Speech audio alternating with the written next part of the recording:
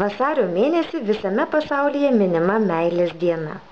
O mes lietuviai dar švenčiame ir Lietuvos nepriklausomybės paskelbimo dieną, vasario 16-ąją.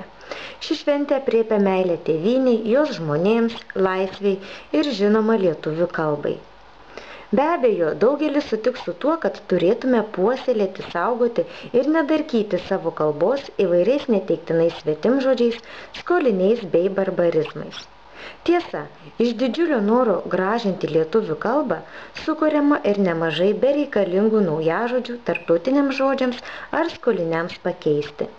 Pavyzdžiui, kalbininkai yra siūlę vietoje visiems įprasto daiktavardžio dušas vartoti naujažodį čiurkšlys.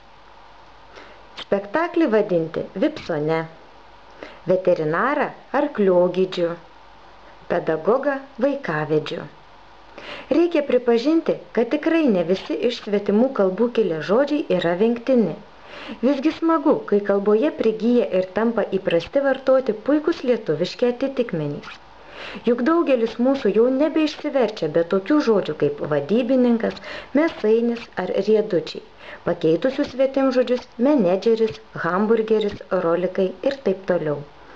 Reikia tik noro ir mūsų kalbos vartosenoje įsitvirtins daugiau lietuviškos kilmės žodžių, kurie yra logiški ir tikslūs svetimžodžių pakaitai.